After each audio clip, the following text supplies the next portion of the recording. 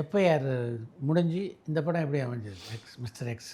Sir FIR முடிஞ்சதுக்கப்புறம் நான் ஆக்சுவலாக எஃப்ஐஆர் 2 பண்ணுறதா இருந்தோம். ஸோ ஒரு சில காரணங்களால் அதை அப்போது மவுண்ட் பண்ண முடியல. ஸோ அப்புறமா பண்ணிக்கலான்ற ஒரு மைண்ட் செட் வந்தோடனே பிரின்ஸ் பிக்சர்ஸில் வந்து கூப்பிட்ருந்தாங்க. கூப்பிட்டு எங்களுக்கு ஒரு படம் பண்ணுங்க நீங்கள் அப்படின்னு சொல்லிட்டு ஒரு 6 மந்த்ஸ் உட்காந்து ஒரு ஸ்கிரிப்ட் ஒர்க் பண்ணியிருந்தேன்.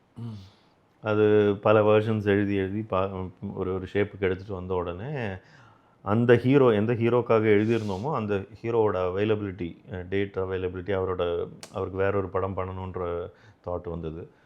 ஸோ அதனால் ஒரு நாளைக்கு கேட்டாங்க, ஆர்யா சார் வச்சு படம் பண்ண உங்களுக்கு விருப்பம் இருக்கா அப்படின்னு.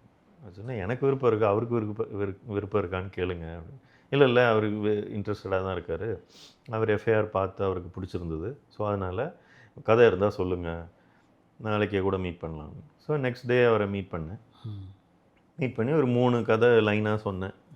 அதில் ஒரு கதை தான் மிஸ்டர் எக்ஸ். ஆனால் இந்த கதை அவர் தேர்வு பண்ணக்கூடாதுன்னு மைண்டில் நினச்சிக்கிட்டு தான் சொன்னேன். ஏன் சார்? ஏன்னா ஸ்கேலாக ரொம்ப பெருசு சார். ஓகே, 2-3 விஷயம் இருந்தது. ஏன்னா ஸ்கேலாக ரொம்ப பெருசு, பட்ஜெட்டாக பெருசாக போகும்.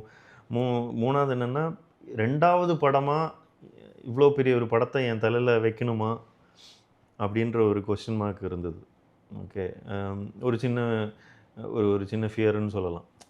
இவ்வளோ பெரிய படம், இவ்வளோ ஸ்கேலு, இவ்வளோ ஆர்டிஸ்ட் தேவைப்படும், அதை நம்பி உள்ளே வர வேண்டிய ஒரு ப்ரொடியூசர், இந்த மாதிரி பல கேள்விகள் இருந்தது.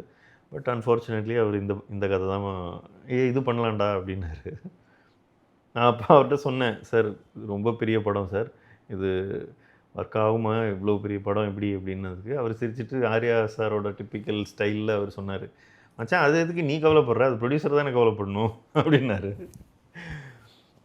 அப்புறம் லக்ஷ்மண் சார்கிட்ட மீட்டிங் முடிஞ்சதுக்கப்புறம் லக்ஷ்மண் சாருக்கு ஃபோன் பண்ணி சொன்னேன், சார் ஓகே சொல்லிட்டாரு, கால் வந்துடுச்சுமா, ஓகே பண்ணுறேன்ட்டாரு, ஸோ பண்ணிவிடுவோம் அப்படின்னு. நான் அவர்கிட்ட அதான் சொன்னேன், சார் இது வந்து கொஞ்சம் ஸ்கேல் அதிகம், பட்ஜெட் ஆல் தட், பண்ணுறதா இருந்தால் பெரிய படம் பண்ணணும், எனக்கு சின்ன படம் பண்ண வேணாம், it's do a kick ass film, பெருசாக இருக்கட்டும் பார்க்கலாம், will work out the numbers and I trust you trust me, will make it happen அப்படின்னா.